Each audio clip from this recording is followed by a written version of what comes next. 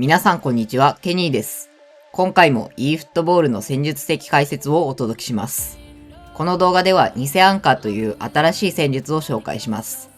これは完全にオリジナルなので実際には存在しない戦術ですが、マンチェスターシティのベルナルド・シューバやパリ・サンジェルマンのビティーニャから着想を得た非常に面白いプレーです。ゲーム的な強さも兼ね備えているので、ぜひこの動画を参考に試してみてください。まず、今回のアイデアに至った背景を解説します。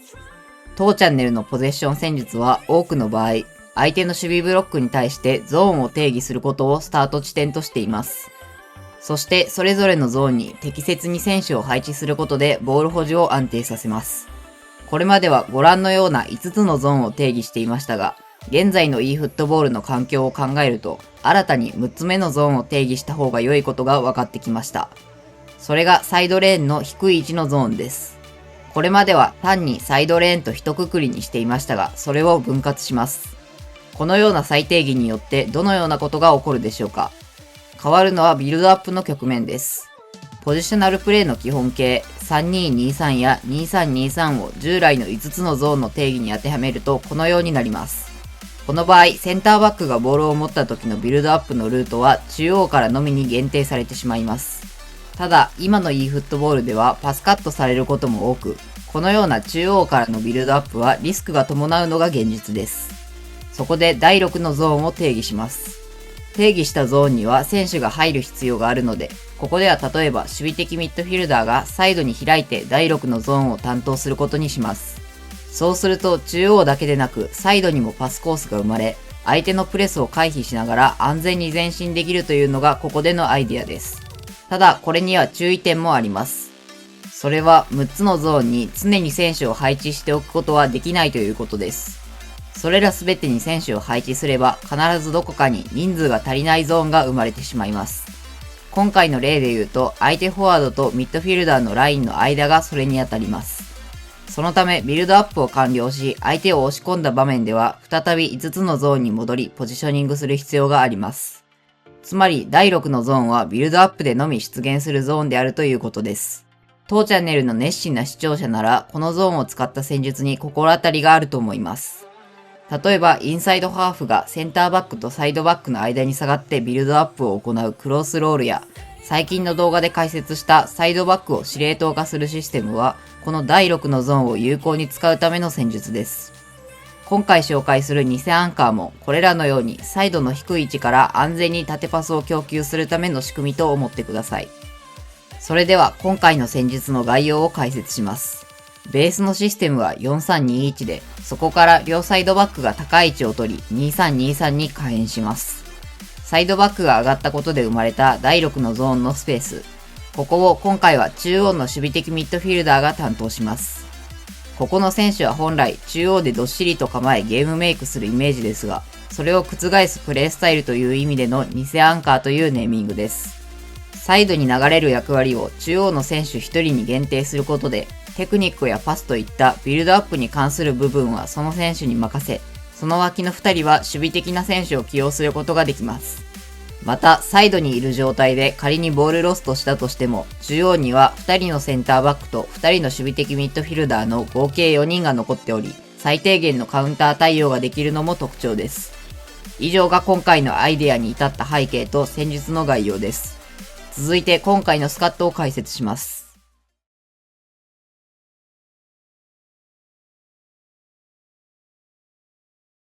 今回のスカットがこちらです。この動画では偽アンカーに関する部分のみにフォーカスして解説します。まず主役である中央の DMF。偽アンカーとしてプレイするここの選手に求められるのはドリブルやパスの能力です。もちろん今回起用しているラームのように守備力も兼ね備えているのがベストですが、最も重要なのはビルドアップに関する能力です。ペドリやデヨングのように元からこのポジションに適性のある選手はもちろん、最近登場したベルナルド・シューバもこの役割に非常にマッチしていると思います。手持ちの中で良い選手を探してみてください。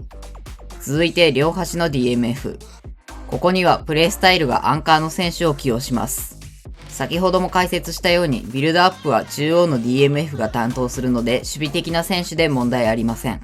また、アンカーは他よりも攻撃時に低いポジションを取るプレースタイルです。これにより、偽アンカーを発動してボールロストした時のリスクを最小限に抑える狙いがあります。最後に両サイドバック。ここは攻撃的サイドバック、さらに選手指示でオフェンシブを設定します。これにより偽アンカーのためのサイドの低い位置のスペースを提供します。以上が今回の戦術に関する部分の人選と起用法です。続いて試合でのプレーを解説していきます。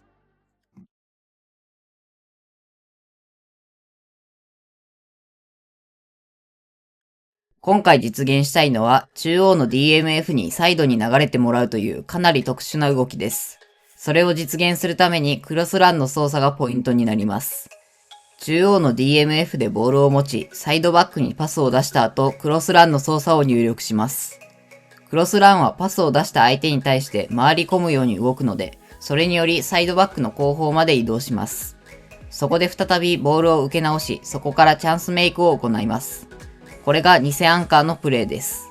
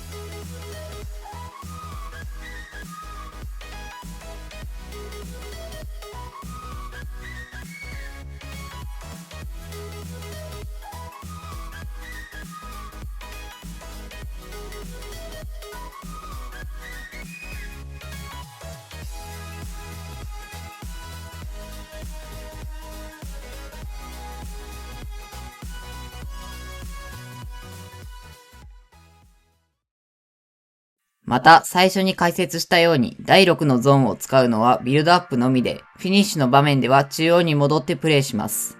ただ、ここでも違いを生み出せるのが偽アンカーです。ドリブルやパスに優れた選手を起用したことにより、中央で自らのドリブルやパスでのチャンスメイクが可能になります。仮にボールを奪われても、後ろには2人のアンカーの選手が待機しており、最低限のリスク管理ができているのもポイントです。偽アンカーによる左右の揺さぶりと組み合わせることでより有効になるので、ぜひ試してみてください。